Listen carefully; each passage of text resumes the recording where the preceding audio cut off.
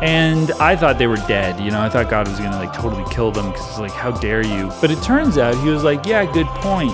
You guys can have that, but caveat, you have to marry someone related to you. Hey folks, welcome to Joel Reads Bible. I'm Joel and I read Bible so that you don't have to. And this is one of our super special sexy recap episodes where I go over the last 10 chapters that we just read and do kind of like a recap. Did I say recap? It's a recap. We're kind of saying, did I miss anything? Is there anything else to add? We're doing Numbers 31 to Numbers 36. So we're going to go over the chapters that I read, and I took some notes to say, hey, what should I have said while we were doing the initial reaction video, which is what these are. They're reaction videos. I'm reacting to the Bible. Some people come down on me. They go, why don't you go talk to some scholars and blah, blah, blah. We're reading the Word of God. This is the only book that God gave us to show us who He is. Okay, and from this book, everyone else extrapolated what we see as religions, like even Islam to a certain extent, right? Or Mormonism, Jehovah's Witnesses, all of these cults, Christianity took their religion from this book, right? And even the Jewish Bible, the Law and the Prophets, the Torah and the rest of it, what Christians call the Old Testament, is the book that they get Judaism from. And we don't have the original writers here to ask and say, what did you mean? There's no way that we can actually know what any of this was supposed to mean or what the intention was behind it, other than just reading it and taking a wild guess, or having a presupposition and trying to cram it down the throat of whatever passage you're reading. Those are our only options. I'm doing the first one. I'm reading it, I'm reacting, I'm going, what is happening here? And sure, there are times that I miss things or I misread things or, I think it's saying one thing, but it's not. And that does happen, but these are honest reactions. So that's more than you can say for any apologist that ever tells you anything about the Bible. There's nothing honest about that. So here we are with the recap of Numbers 31 to 36. And of course, we are starting with chapter 31. This was the chapter where there was a dark turn from the typical horrific things that are going on, where God is killing people for very insignificant things, which I would call bad behavior and kind of spoiled rotten brat things, He kind of excuses certain bad behaviors. Like if a kid were to receive a Christmas present and go I don't like this, I wanted the red one, and then throw it on the floor and start kicking and that kind of thing, you would probably be like, hey, that's not appropriate behavior. You should try to be more grateful. I did my best. It's not very nice to be kicking and screaming about this. But you wouldn't kill them, would you? You wouldn't throw a fit yourself. You wouldn't be like, I tried. And if you did, would that be justified? Would it be good for you to lose your mind at a child who doesn't particularly like the thing that you gave them? Well, that's what God does constantly in this book, right? He's always like, you guys didn't like that I brought you out of Egypt to possibly starve and die of dehydration in the desert. And then he kills a bunch of them and then gives them the water that they need. That's just plain bad behavior. For some reason, we accept it from Yahweh. I don't understand why. But that's not really what we were going to talk about. What is going on in chapter 31 is that the Hebrews go and they annihilate a bunch of people. They destroy a whole city. And then they bring back a bunch of men, women, and children. There's a systematic destruction of these people, which starts with the men. And it says kill all the men, but not the boys. It says kill all the males, but the boys don't count. The young males don't count, because later on it's take all the children, kill all the males of them, but keep all the young girls and the virgin women, and kill any of the women that have known a man. So what we want is virgins, because we can use them, and little girls, because we can use them And of course, there's nowhere, literally nowhere in the Bible that tells us what age they could start using them, right? And that's disturbing that you just literally don't get that. But I was listening back to the episode and I was like, what could people say to excuse this? Because it's so horrific. And the apologetic that I came up with for you, this is a gift, is it was Moses, not God apologetic. Because I think Moses gives a lot of the commands in this chapter. So you could say that was all just Moses' idea. But I want to remind you guys of Exodus 19, I believe. And I think I may have mentioned this the first time I did the episode on Exodus 19 because I knew this was going to come up. In Exodus 19, verse 9, it says, "Then the Lord said to Moses, I am going to come to you in a dense cloud in order that the people may hear when I speak with you and so trust you ever after." So God is putting Moses in a position of complete and utter authority. There's no question here. God trusts Moses implicitly. He is going to make it so that all the Hebrews always trust him entirely. If Moses does something wrong, if he gives a bad law, if he allows divorce because of the hardness of their hearts, that is on God for making him the main guy, the trusted guy, for putting him in that position of complete and utter authority. Instead of saying like, hey, I'm going to put you as the boss, but there's going to be a pile of people and you all get to discuss it. Or even better, I will just tell people what I actually want every time. So it's not easy to get God away from the responsibility of what's happening here. Also, I think God wants it. I think this is like, God's a huge fan, so he wants to see a bunch of little boys killed. And God confirms that Moses is his guy many times. In Numbers, we see, the people questioning, I think, who he's married to, and God kills a bunch of them. Like, we don't do that. We don't question Aaron and Moses, who are in positions of authority. We're going to shut that down too. So it happens a lot. So there's no room for people to be like, should we be killing little boys right now? Should we be keeping the virgins just so we can do what we will with them? There's another thing I just wanted to notice is that God doesn't correct this. Like if an apologetic is going to be, oh, what they did there was wrong, he doesn't correct it. You know that Moses hit a rock? Do you remember Moses hit a rock and God corrected that? The petty little thing that he hit a rock and then God was like, you don't get to go to the promised land now. You also have to die before you get there because you hit a rock with a stick. If God didn't like that they took virgins and sacrificed them and probably sexually assaulted them ultimately, he should have said that, right? He totally didn't.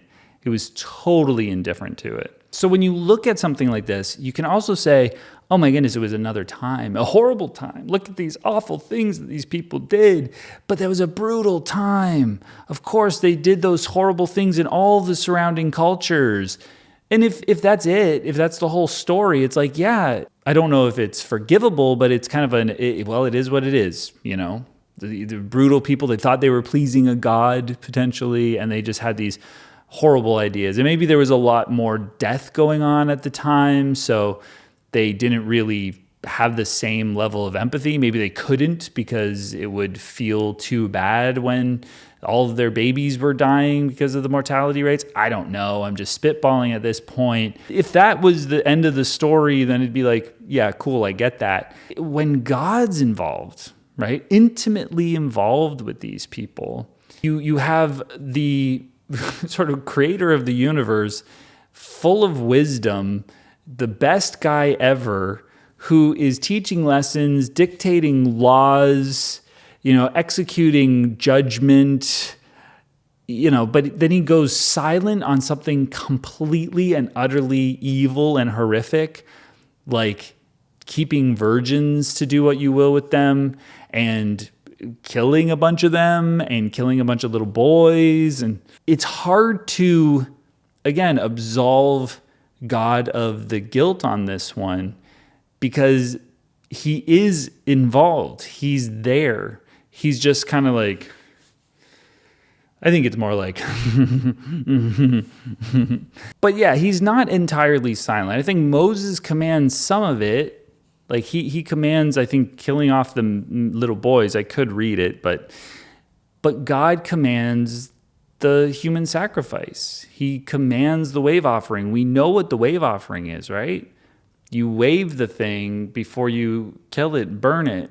They're doing human sacrifices here the way they do it on animals. They're keeping some of the virgins for their own use, right? And they're kind of like divvying them up amongst the tribes and stuff like that. And the priests get some. Guys, the priests get some. The holy priests, holy like God is holy, they get some of the virgins and young girls. What do they want them for? What, maybe it's just going to be slavery, not sex slavery. Who knows? But then there's going to be the human sacrifice element where a portion of these human beings are going to be killed and burned as wave offerings to Yahweh because Yahweh wants it. And it's almost not worth mentioning because the whole sacrifice of the city, the whole destruction of Moab or Midian or whatever it is a human sacrifice. Like that's all to God. A few chapters earlier, they say to Yahweh, hey, we'll go, and if you give them into our hands, we'll totally destroy them. We will annihilate these people because we know that's what you get off on. So we're going to do that for you. And this is just another one of those moments. And God loves it. He loves the human sacrifice. And when they have those extra people, he's like, some of those you need to kill for me. Please. I love human blood spilt. I'm actually going to make that the whole basis of this religion. And every time I say that God hates women, I get some pushback. They're like, what about Esther? What about Ruth? They name a few women that had storylines. I don't even know, because we haven't gotten there yet, if those storylines are favorable, right? Or if they're people that are trying to transcend the patriarchal society and maybe using their good looks to do it, which is definitely what Esther does, right? And I don't know if God is intimately involved in those stories and helping these people along, or if he's just like not part of the tales, but it's just in the Bible, so we're going to attribute it to God or something. But when we have chapters like this, we have to go, okay, this is like a misogynistic, patriarchal society where women are seen as only valuable if they're virgins, because nobody wants a used one, so that they can make babies for you and build your empire, build your household, get you more people, slaves, children, descendants, this kind of thing. And they're definitely property. This stuff comes from God. Like, you guys have been here to read these chapters with me. God is saying these things. It's not just how people behave. Some of it is, some of the stories, that's what's happening there, like the Rachel and Leah story, for instance. But we also get just laws that are horrifically misogynistic and patriarchal. And if this was just the society, again, we'd say, yeah, that was the time and it was awful, and I'm glad that we're able to push beyond this. But if it's God, that's a massive problem. God sees the value of women being in their virginity. Get rid of all the ones that have known a man and just keep the virgins for yourself? What? The ones that don't have any value anymore, because the seal is broken. Let's get rid of them. They're used. And let's keep the virgins for ourselves. And people adhere to this, and that's why there's still just disgusting misogyny in this religion, right? If we read the book and we don't have to adhere to it, and there's no dogmatic belief or whatever, we can just go, oh, gross, and move on and go, we're not doing that again. But if you're a Christian, you got to go, well, there was a good reason for that. Men are women's protectors. Men have to do this or that. It was better for, I don't know what the arguments are. I don't want to make them for apologists. You know what I mean? But that's gross, right? That's troubling. We need to dump this book.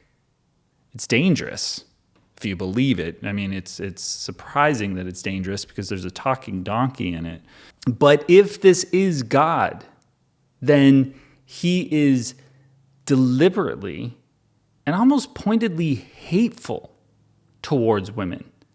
He's out to get them, right? He wants them raped and murdered. Read the book. That is what he's asking for constantly. And little boys, to a lesser extent, little boys, just having them murdered, but he's keeping the women. Like, it's so egregious. I don't know how anyone still buys this stuff. And God is love, and everybody's equal, and he loves everyone the same. Like, grow up, read it. Numbers 32, there was such an interesting verse that popped up for me. And this is what deconstruction is all about. You're reading the Bible and something will come up, a verse that was kind of like basically a memory verse for me. And I looked it up, and other people have used it this way.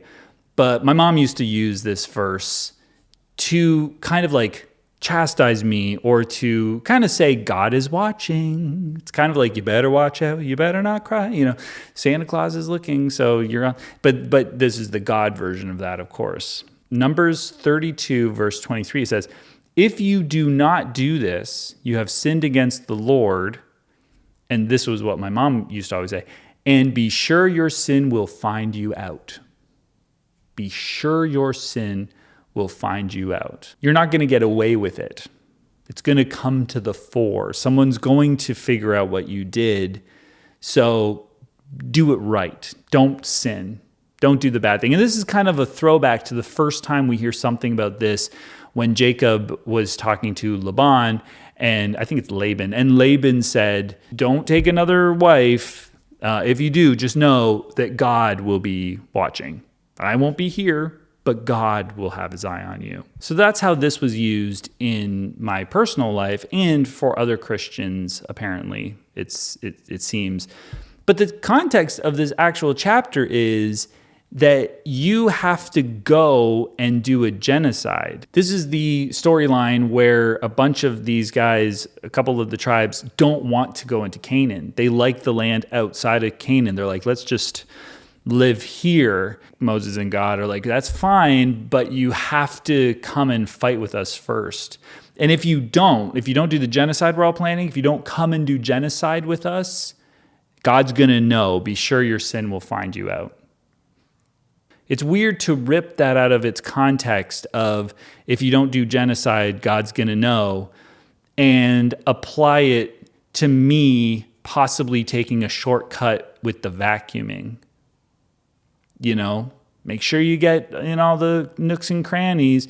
If you don't, be sure your sin will find you out. That's weird to take that out. When a Christian says context, it's like, you guys don't know the meaning of the word. Honestly, what are you talking about? Honestly, what are you talking about? But it is really interesting that these people didn't want to go to war. There were some tribes that were like, let's just stay where we are. Why would God insist that they go and do the genocide? Why does he need that from them? Especially when, he should be able to do all the wiping out of people himself. He's all powerful. But why that?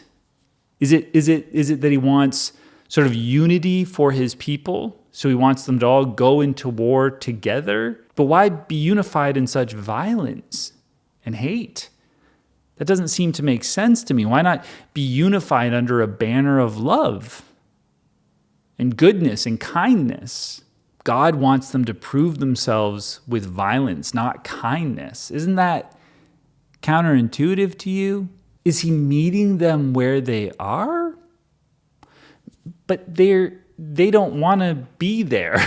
They don't want to go and do the genocide. They want to be peaceful and stay in their place outside of Canaan. So he's not really meeting them where they are. We hear he's meeting them where they are apologetic whenever God is doing something absolutely horrible, and he never transcends the where they are at the time. Like God is like totally what you'd expect a God that people who are barbaric made up. But now we get a story where the people are like, we don't want to go kill any extra people. And he's like, no, you still have to do that. So whatever happened to meeting them where they are? That's weird. Why wouldn't you meet them where they are, God, and say, hey, yeah, no, you guys don't want to kill? Or you want to kill less people? I think they had to drive some people out of that area anyway, but you want to kill less people? Okay. And I'll help these other tribes go take the other land. You guys take it easy.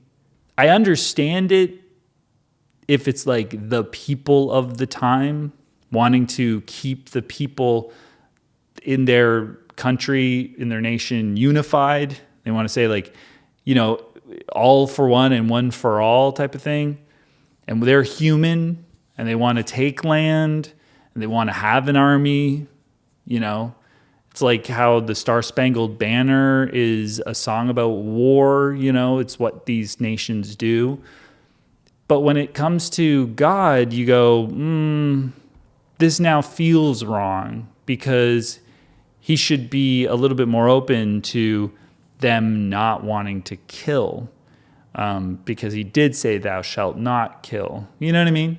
Then we get to chapter 33, where there's kind of like this reiteration of a point that I made way back in Exodus, where there was a mention of God executing justice against the Egyptian gods. And it reiterates that here in verse 4, the Lord executed judgments even against their gods, speaking of the Egyptians. And what that's telling us is that God and these Hebrews believe that the Egyptian gods were real gods, like they actually existed.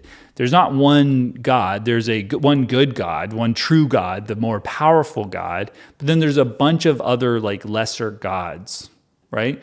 That's what the book is telling us. So when people are like, it's monotheistic, Judaism is not monotheistic. Christianity somehow changes this. And that might be what you guys would call progressive revelation, which is weird.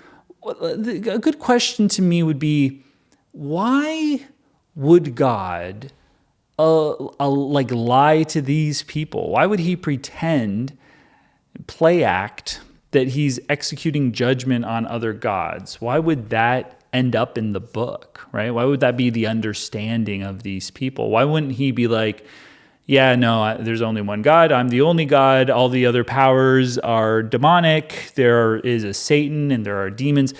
We haven't gotten any of that. What's the point? What's the value of these people not knowing what's really going on, which is what Paul's going to tell everyone later or whoever, right?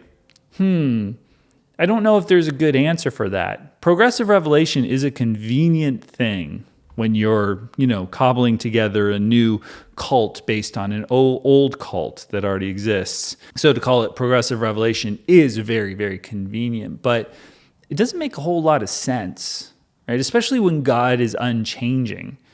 For him to be like, I said this before, but now I'm going to, make sure you guys know this. It's like, yeah, that thing didn't change. Why tell us differently? Well, because they couldn't get it, maybe? That can't be true. They couldn't understand this. There's so much that you guys are getting from the Old Testament and from what these people say and the writings of this part of the book and making all sorts of grand theology from it and going, this is what was really going on. And then at the same time, it's like, but they wouldn't have gotten the very simple concept that there's only one God and everyone else is lying. Like, what? What would the point of that be? It's just a contradiction, guys. It's just a contradiction. It just is people trying to make a new religion off of another religion that doesn't agree. That's all it is. It's so simple. And we see it so obviously. It's only difficult if you're trying to marry these texts together, right? To try to like reinvent what's going on. We need this to be monotheistic. Why? Just be henotheistic. Who cares? Like, it's not a big deal. But in this chapter, we get a description of Yahweh sending the Hebrews to do some of his dirty work. I think they're starting to, get in on the whole Canaan thing. And if you don't, he threatens them. That's such a mob boss thing to do, isn't it? Go do this dirty work. And if you don't, you're going to get it. Just go do it yourself. Especially if you're planning on following through on a threat. If we don't do it, skip the middleman. Also, did you say you loved it? Like, God is love? Like, where's the love here? Like, the whole love thing is just like becomes completely silly when you read these texts. You totally forget about it, right? God is so loving that he threatened these people if they didn't go and kill a bunch of other people, they were going to get in trouble. But if you do not drive out the inhabitants of the land before you, then those whom you let remain shall be as barbs in your eyes and thorns in your side. They shall trouble you in the land where you are settling, and I will do to you as I thought to do to them. He's so loving. No, God is love, guys. No, God is really one of the most loving of all deities, but of all people. People don't know what love is. Like, it's hard for people we wouldn't have love, like true love, if it wasn't for God. Is this one really? Do we think that that's true?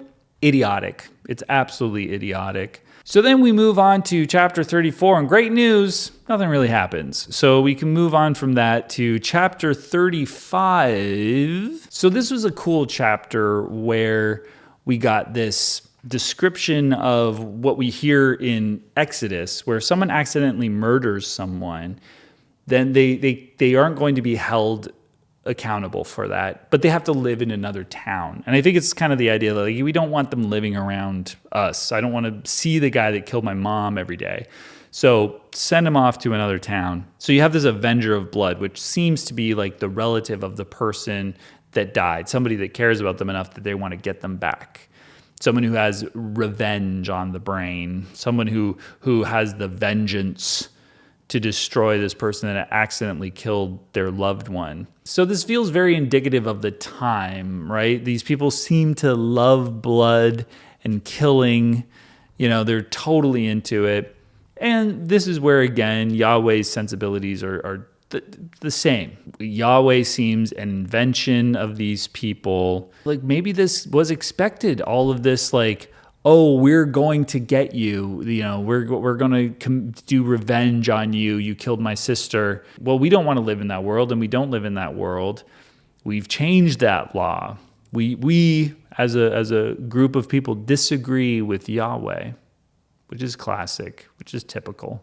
So it seemed like the city where the bad guy, the guy that did the accidental murder, the city where they could go, seems like a kind of a version of jail in a sense. Like, you don't get to be at your own home.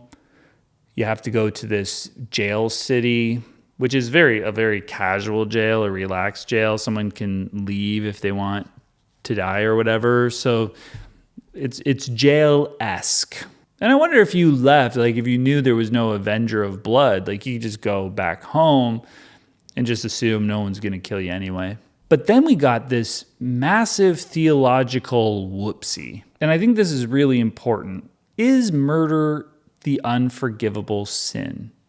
Is that a sin that cannot be atoned for? So we got this verse that says, "So you shall not pollute the land where you live, for blood pollutes the land. No atonement can be made for the land for the blood that is shed in it, but by the blood of him who shed it." No atonement can be made for the land for the blood that is shed in it, but by the blood of him who shed it. So if you get somebody committing murder, someone else can't atone for it. The only thing that can atone for it is you being killed. It's your own blood. But then Jesus apparently atoned for all the murderers. Like he did a blood sacrifice and it was his blood that atoned. All right, it seems like a direct contradiction. And maybe it was a complete 180, a total change, right? Why? Why does he say one thing and then do the complete opposite? Is that progressive revelation? It seems like a completely changes his mind. He completely changes the system. It's totally different. I don't know how it makes sense because he doesn't have to do the like people need to be killed if they did a murder thing for now. And he could even say for now, but I guess they don't need to know the for now. You know, we'll just like you're on a need to know basis. But why would it be so drastically different if God's immutable? Why would there be such a vast, complete opposite move being done? That is very curious. God doesn't change, but the complete opposite seems weird to me. But if you're comfortable with it, continue being a Christian. I don't know. So Numbers 36 is a devastating last chapter where God kind of goes back on something he had said in the prior chapter. There was an earlier chapter where 5 women came out and they were like, we are daughters and our dad didn't have any sons, but we still think that we should get an inheritance. Yeah. Why don't we get an inheritance just because we're girls? We'd still like that. And I thought they were dead. You know, I thought God was going to like totally kill them because it's like, how dare you? But it turns out he was like, yeah, good point. You guys can have that, but caveat, you have to marry someone related to you.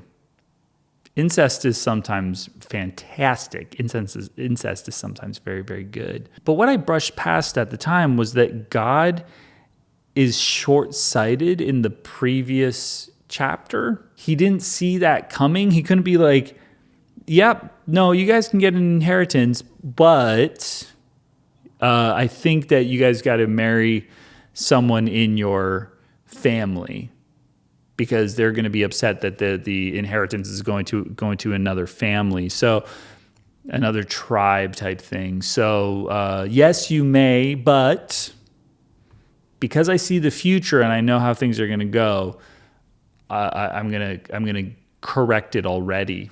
Why would he wait? It's weird for him to not have thought of that, don't you think? He's supposed to be all-knowing. More evidence that he's not. What's the apologetic going to be? I almost can imagine it. You know, it's like God wants people to go and ask and not just tell them every time the thing that they would have asked. He wants them to come to those conclusions himself, like, oh, it would be good to have incest. Or maybe he was like, they wouldn't notice, or he wants them to have asked so that there's an excuse to like, what? If it's going to happen anyway, just say, hey, you're shooting yourselves in the foot because they're going to marry some guy and then their inheritance is going to go with him. You know, they're going to be sold off to the guy who's going to get the inheritance. So marry whoever you want, girls, as long as it's someone that's related. He's so pro-incest, and it's weird that there are like verses against incest. And I know this isn't like brothers and sisters like it was with the Adam and Eve stuff, but it's cousins, like kissing cousins, what? Gross. Thanks for being here. Thank you for watching all these videos. We just finished Numbers. It's over. And we're on to the riveting book of Deuteronomy. And I can't wait to read it with you and be done with the Torah, you know. Although there is things that I enjoyed in the Torah, and I'll do a video about that. This one there has been a lot of just like exposition and setting the stage for things so that we can have more fun, hopefully with stories in the future. I'm sure there's some stuff that we're just going to be so bored by. But again, thank you for being here. I want to thank all my members, all the dumplings, and everyone that supports the channel by liking the video, leaving a comment, and of course, subscribing. I appreciate you. Thank you again. Thank you, thank you, thank you. And we will see you next time. Bye.